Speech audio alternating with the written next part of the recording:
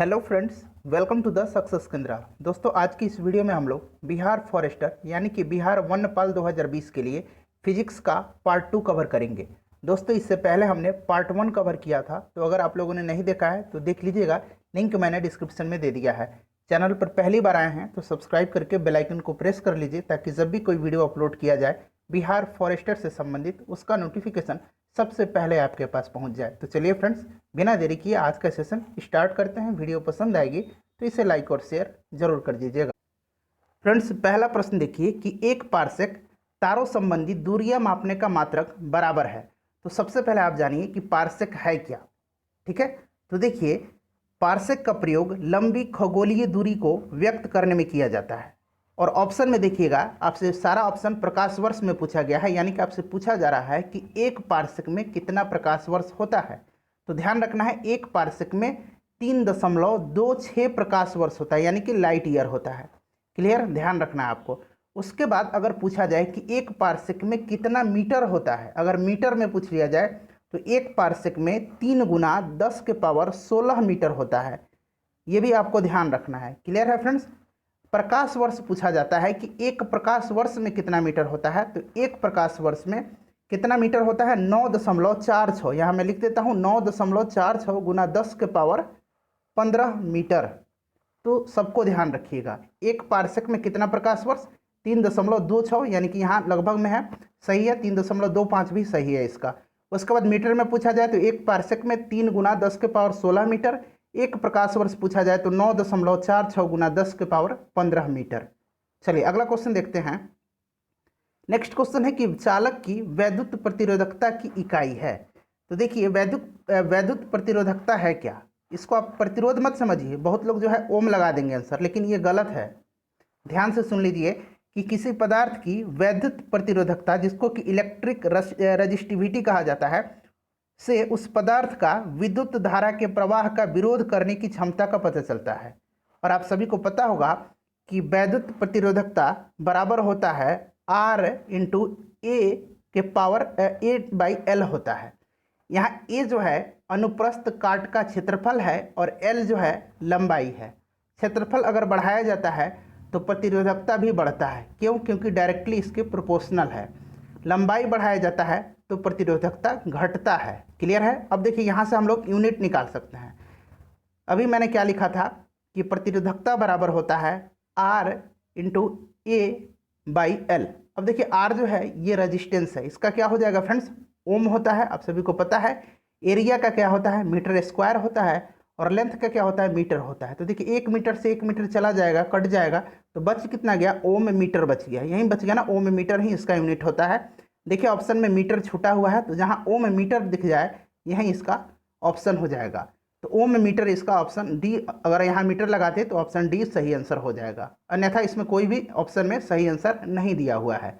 अगला क्वेश्चन देखिए कि 1 नैनोमीटर होता है। तो देखिए, ये बात तो आपको पता है कि 1 नैनोमीटर में 10 के पावर -9 मीटर होता है। लेकिन जब भी आप इस तरह के प्रश्न पढ़िएगा तो थोड़ा ध्यान रख के पढ़िएगा, क्योंकि ऑप्शन में आप देख लीजिए ये सारे सेंटीमीटर में पूछे जा रहे हैं। बाकायदा यहाँ 10⁹ भी है, लेकिन सिर्फ आप आंख बंद करके इसको मत मार दीजिएगा। यहाँ सेंटीमीटर लगा हुआ है, मीटर में होता है 10 के पावर 9 मीटर। तो अगर आपको इतना पता है कि 1 नैनोमीटर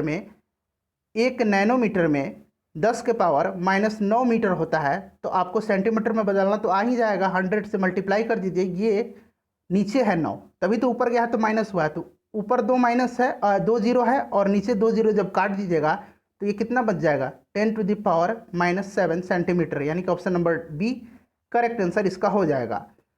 उसके बाद नेक्स्ट क्वेश्चन देख लीजिए कि निम्न में से कौन सा एक सुमेलित नहीं है। तो देखिए, डेसिबल ध्वनि की प्रबलता की इकाई बिल्कुल सुमेलित है।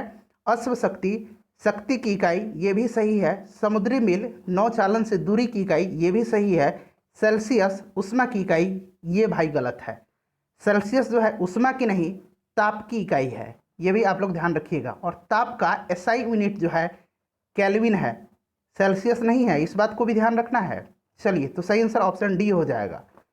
फ्रेंड्स, इससे पहले हम लोगों ने फिजिक्स का एक पार्ट ऑलरेडी कवर किया था, केमिस्ट्री का एक पार्ट कवर किया है, और साथ ही साथ बायोलॉजी का हम लोगों ने 2 पार्ट कवर किया है। तो 4 वीडियो हम लोगों ने कवर किया है साइंस से। आपने नहीं देखा है तो देख लीजिएगा, लिंक डिस्क्रिप्शन में है। दाब की इकाई क्या है? तो आपको पता है कि प्रति एकांक क्षेत्रफल पर लगने वाला जो बल है उसको दाब कहते हैं। क्लियर है? तो कितना हो जाएगा? 1 पास्कल, यानी कि प्रेशर इक्वल टू क्या होता है? फोर्स अपॉन एरिया होता है। फोर्स का क्या होता है? न्यूटन होता है। और एरिया का क्या होता है? मीटर स्क्वायर होता है। तो न्यूटन मीटर स्क्वायर यानी कि न्यूटन वर्ग मीटर, ऑप्शन नंबर ए सही आंसर हो जाएगा। उसके बाद पूछा गया है कि मैनोमीटर के द्वारा किसकी माप की जाती है? काफ़ी इंपॉर्टेंट क्वेश्चन है, बताइएगा मैनोमीटर के द्वारा किसकी माप की जाती है? तो देखिए, मैनोमीटर के द्वारा फ्रेंड्स मापा जाता है गैसों का दाब, यानी कि ऑप्शन नंबर बी इसका सही आंसर हो जाएगा। वायु दाब बैरोमीटर के द्वारा मापा जाता है, ठीक है, आपको पता भी होगा। उसके बाद नेक्स्ट क्वेश्चन देखिए, कह रहा है कि एक व्यक्ति एक संवेदनशील तराजू पर खड़ा है, यानी कि सेंसिटिव तराजू पर खड़ा है। यदि वह गहरी सांस अंदर लेता है तो तराजू का रीडिंग क्या होगा? तो देखिए, तराजू का रीडिंग है वह बढ़ जाएगा। ऑप्शन नंबर ए सही आंसर हो जाएगा। इंपॉर्टेंट है, ध्यान रखना है इसको। नेक्स्ट क्वेश्चन पूछा गया है कि 2 सामान्य द्रव्यमान वाली वस्तुओं की गतिज ऊर्जाओं का अनुपात 4:9 है, तो उनके वेगों का अनुपात क्या होगा? काफ़ी इंपॉर्टेंट क्वेश्चन है। तो देखिए, इनकी गतिज ऊर्जा का अनुपात दिया हुआ है। तो देखिए, गतिज ऊर्जा बराबर क्या होता है? आपको पता होगा, हाफ mv² होता है, ठीक है, हाफ mv²। तो दोनों का मास और वेलोसिटी दिया, वेलोसिटी का अनुपात और मास का अनुपात, देखिए इसको m1 मान लीजिए, इसको भी m1 मान लीजिए। फिर दूसरा जो वस्तु है उसका हाफ m2 मान लीजिए, इसका m2 मान लीजिए। mv² होता है, यहाँ भी स्क्वायर लगा लीजिए। और ये अनुपात 4:9 दिया हुआ है। क्लियर है? दोनों का द्रव्यमान जो है समान है। पहले तो बात ये कहा गया है, तो द्रव्यमान से m कट जाएगा, हाफ से हाफ कट जाएगा, बचा क्या? 4/9। और यहाँ मैं लिख देता हूँ 4/9, और यहाँ v1 का स्क्वायर बटा v2 का स्क्वायर। जब स्क्वायर हटाइएगा तो इधर रूट आएगा तो ये 2/3 हो जाएगा, यानी कि 2:3 इसका करेक्ट आंसर हो जाएगा। समझ में आ गया आपको? ऑप्शन नंबर बी जो है सही आंसर हो जाएगा, 2:3। अगला क्वेश्चन देख लीजिए कि त्वरण ज्ञात करने का सही सूत्र कौन सा है? तो यहाँ पे आप देख सकते हैं ए भी दिया हुआ है त्वरण ज्ञात करने का। उसके बाद सी भी आपको दिखा देता हूँ और डी भी दिखा देता हूँ, ठीक है, सारे ऑप्शन दिख गए आपको। तो आपको पता होगा कि त्वरण कैसे ज्ञात किया जाता है। आप सभी को मालूम होगा बाकायदा इसका सही तरीका क्या है। तो देखिए, इसका तरीका होता है ए इक्वल टू क्या होता है, यहाँ मैं लिख देता हूँ v minus u upon T, ठीक है। तो यहाँ देखिए एक टर्म में दिया हुआ है, तो देख लीजिए कहीं दिया हुआ है इसका सही आंसर इसका ऑप्शन नंबर ए में हमने देखा था कि A equal to v minus u upon t होता है। सही आंसर इसका ऑप्शन नंबर ए हो जाएगा। अगला क्वेश्चन देख लीजिए कि मानव शरीर का भार होता है। तो देखिए, मानव शरीर का जो भार होता है ये आपसे पूछा जा रहा है। काफ़ी इंपॉर्टेंट क्वेश्चन है, तो ध्यान देना है आपको। देखिए, मानव शरीर का भार जो होता है फ्रेंड्स, ये ध्यान दीजिएगा, ये जो होता है ध्रुवों पर अधिकतम होता है। ऑप्शन नंबर ए जो है सही आंसर हो जाएगा, ध्रुवों पर अधिकतम होता है, ठीक है, ध्रुवों पर अधिकतम होता है। काफ़ी इंपॉर्टेंट क्वेश्चन है, इसको आप लोग ध्यान रखिएगा। नेक्स्ट क्वेश्चन देख लीजिए। अगला क्वेश्चन हम थोड़ा सा और जान लेते हैं इसके बारे में। देखिए, गुरुत्वीय त्वरण का मान जो है भूमध्य रेखा पर सबसे कम होता है और ध्रुव पर अधिकतम होता है। ध्रुव पर अधिकतम होगा और भूमध्य रेखा पर सबसे कम होगा, याद रखिएगा। अगला क्वेश्चन देखिए। नेक्स्ट क्वेश्चन पूछा गया है कि एक ऊंची इमारत से एक गेंद 9.8 मीटर पर सेकंड स्क्वायर के समान त्वरण के साथ गिराई जाती है, 3 सेकंड के बाद उसका वेग क्या होगा? ये भी प्रश्न काफ़ी इंपॉर्टेंट है। इस तरह के प्रश्न के काफ़ी चांसेस है आपके एग्जाम में आने का। तो देखिए, त्वरण दिया हुआ है, यानी कि ए इक्वल टू दिया हुआ है। उसके बाद आपको क्या क्या पता है? टी पता है। और जब भी कहे कि ऊंची इमारत से गिराया जा रहा है तो इसका मतलब इसका इनिशियल वेग जो है कितना है? 0 है। इतना आपको मानना पड़ेगा। उसके बाद आपको क्या क्या पता है? आपको पता है कि यहाँ दिया क्या है, v a t और u आपको पता है। तो ये किस फॉर्मूले में आएगा जिससे कि उसका फाइनल वेग आपको निकालना है? तो ये होता है v equal to u plus a t. देखिए, इसमें v भी आ गया, जिसको निकालना है वो भी आ गया, a भी आ गया, t भी आ गया, u भी आ गया। तो u इक्वल टू कितना है? 0 है। a इक्वल टू दिया हुआ है 9.8 और t इक्वल टू आपको पता है 3। क्लियर है? तो आप इसको गुना कर लीजिएगा, 9.8 गुना 3, तो ये निकल के आ जाएगा 29.4 मीटर पर सेकंड। तो ऑप्शन में देखिए, ऑप्शन नंबर सी इसका करेक्ट आंसर हो जाएगा। फ्रेंड्स, वीडियो पसंद आ रही है तो वीडियो को एक लाइक जरूर कर दीजिएगा। अगला क्वेश्चन देखिए कि लोलक घड़ियाँ गर्मियों में सुस्त हो जाती है, क्योंकि, तो क्यों सुस्त हो जाती है, तो इस बात को आपको बकायदा पता है। इस बात का जो सरल लोलक का जो आवर्तकाल होता है टी इक्वल टू कितना होता है 2π√L/g होता है। गर्मियों के दिन में क्या होता है कि आवर्तकाल बढ़ जाएगा कि घट जाएगा, ये आपसे पूछा गया है। तो लंबाई बढ़ जाती है, क्यों बढ़ जाती है, तो गर्मी में क्या होता है उसका प्रसार होता है, तो लंबाई बढ़ जाएगी। और जैसे ही लंबाई बढ़ेगी वो क्या होगा, धीरे धीरे दोलन करेगा, और जब धीरे धीरे उसका दोलन का स्पीड होगा तो स्वाभाविक है कि आवर्तकाल भी बढ़ जाएगा। ठीक है, तो ध्यान रखिएगा। क्यों सुस्त हो जाती है, तो लोलक की लंबाई बढ़ जाती है। लोलक की लंबाई जब बढ़ जाएगी तो आवर्तकाल, देखिए यहाँ लंबाई दिख रहा है, तो लंबाई प्रोपोर्शनल है आवर्तकाल का टी का, तो जैसे लंबाई बढ़ेगा तो टी भी बढ़ेगा, लंबाई घटेगा तो टी भी घटेगा। ध्यान रखिएगा। जाड़े के दिनों में क्या होता है, लोलक की लंबाई घट जाती है, सिकुड़ जाती है, तो लंबाई जब कम हो जाएगी तो आवर्तकाल भी क्या हो जाएगा, कम हो जाएगा, जल्दी जल्दी जल्दी जल्दी दोलन करेगा। चलिए अगला क्वेश्चन देखिएगा कि ताप बढ़ने के साथ द्रव की संयंता पर क्या प्रभाव पड़ता है। देखिए इस तरह के प्रश्न पूछे जा रहे हैं आजकल बिहार के एग्जाम में, तो ध्यान रखना है। तो देखिए द्रव का वह गुण जिसके कारण द्रव अपनी भिन्न भिन्न परतों पर होने वाले सापेक्ष गति का विरोध करती है उसको विस्कोसिटी कहा जाता है, संयंता कहा जाता है। क्लियर है फ्रेंड्स। देखिए द्रवों की संयंता ताप बढ़ने पर घट जाती है। सही आंसर इसका ऑप्शन नंबर बी हो जाएगा, ताप बढ़ने पर घट जाती है।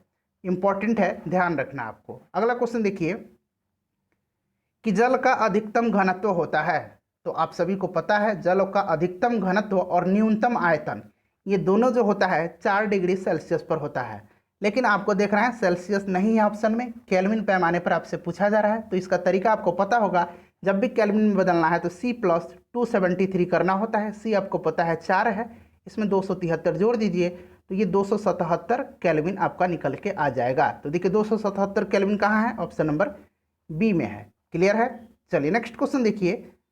अगला क्वेश्चन पूछा जा रहा है कि मरीजों के पेट के अंदर का परीक्षण करने हेतु डॉक्टरों द्वारा प्रयुक्त एंडोस्कोप निम्नलिखित में से किस सिद्धांत पर कार्य करता है। यह भी प्रश्न काफी इंपॉर्टेंट है। तो देखिए ये जो एंडोस्कोप है यह किस पर काम करता है, तो प्रकाश का सकल आंतरिक परावर्तन पर। सही आंसर हो जाएगा इसका ऑप्शन नंबर डी। ध्यान रखिएगा, प्रकाश के पूर्ण आंतरिक परावर्तन, सीधी भाषा में कहे तो प्रकाश का पूर्ण आंतरिक परिवर्तन। एंडोस्कोप में ऑप्टिकल फाइबर का यूज किया जाता है, आपको पता है, और यह प्रकाश के सकल आंतरिक यानी कि पूर्ण आंतरिक परावर्तन के सिद्धांत पर कार्य करता है। ऑप्टिकल फाइबर आपको पता भी होगा। ठीक है, चलिए अगला क्वेश्चन देखिएगा। नेक्स्ट क्वेश्चन है फ्रेंड्स कि खतरों के संकेतों के लिए लाल प्रकाश का प्रयोग किया जाता है, क्यों किया जाता है लाल प्रकाश का प्रयोग, ये आपसे पूछा जा रहा है, काफी इंपॉर्टेंट है। तो इस प्रश्न का सही आंसर आपको बताना है। तो देखिए इसका सही आंसर ऑप्शन नंबर ए हो जाएगा। इसका प्रकीर्णन सबसे कम होता है, इसका प्रकीर्णन सबसे कम होता है, इसीलिए लाल रंग का प्रयोग किया जाता है सिग्नल देने के लिए। और सबसे ज़्यादा प्रकीर्णन किसका होगा, बैगनी रंग का। ध्यान रखना है आपको। ठीक है, चलिए नेक्स्ट क्वेश्चन देखिएगा कि खगोलीय दूरदर्शी से बना प्रतिबिंब होता है। ये प्रश्न इस बार कहीं ना कहीं बिहार में पूछा गया था, मुझे ध्यान है। तो देखिए खगोलीय दूरबीन से, खगोलीय दूरदर्शी से जो प्रतिबिंब बनता है वह आभासी और बड़ा होता है, यानी कि काल्पनिक और बड़ा होता है। सही आंसर इसका हो जाएगा ऑप्शन नंबर बी। ध्यान रखिएगा। नेक्स्ट क्वेश्चन देखिए, केल्विन मान से मानव शरीर का सामान्य ताप पूछा जा रहा है, केल्विन पे पूछा जा रहा है। देखिए यहाँ सेल्सियस पर अगर पूछा जाता तो 37 डिग्री आप बना सकते थे, लेकिन केल्विन में पूछा जा रहा है। तो अभी मैंने बताया कि कितना जोड़ देना है, उसमें 273 जोड़ देना है। किस में जोड़ देना है, तो 37 पे। ठीक है, लगभग 37 होता है सेल्सियस में, 36.9 के आसपास होता है सेल्सियस में। ठीक है, आप सभी को पता है। फ़ारेनहाइट में याद रखिएगा 98.6 फ़ारेनहाइट होता है, इस बात को भी आपको ध्यान रखना है। कहीं कहीं 98.4 भी दिया रहता है, तो इतना तो चलेगा, थोड़ा अंतर। ठीक है, तो इसमें जोड़ दीजिए तो कितना आ जाएगा, ये 310 केल्विन निकल के आ जाएगा। क्लियर है, सही आंसर इसका ऑप्शन नंबर डी हो जाएगा।